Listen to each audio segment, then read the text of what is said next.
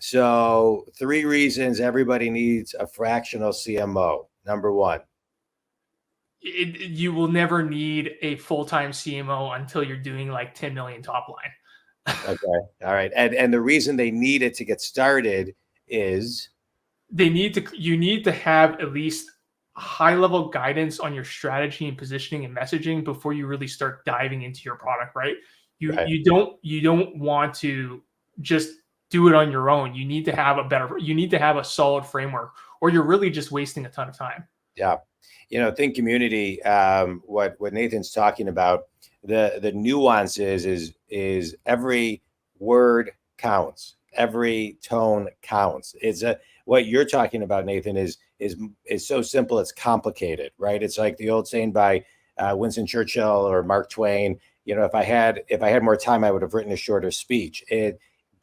Zooming in on what you just talked about is critical to have somebody like you listening as an observer and then guiding.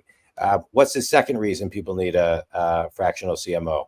They're going to help you prioritize where you're going to spend your time in marketing. It's very easy for you to waste your time on tactics.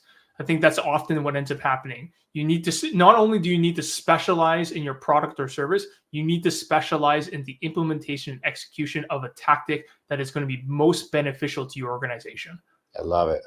Prioritizing. I give a time management talk a lot. And one of the key things I talk about is how to prioritize. Most people are very awful at it, and they don't know how to do it. And so they need someone to work with them on really how to prioritize and execute in order. What's the third thing? Understanding your true differentiation in a very nuanced way. For example, it's more often that you'll turn off a buyer if you give them a differentiator that's not powerful enough for them to care. Yeah. So there are nuances when it comes to marketing and the consumer psychology behind it that are very important. And it's important for a CMO to help guide you through that. People don't always care about every single feature. So sometimes you have to focus again on the top 2 or 3 features that really push the needle for you.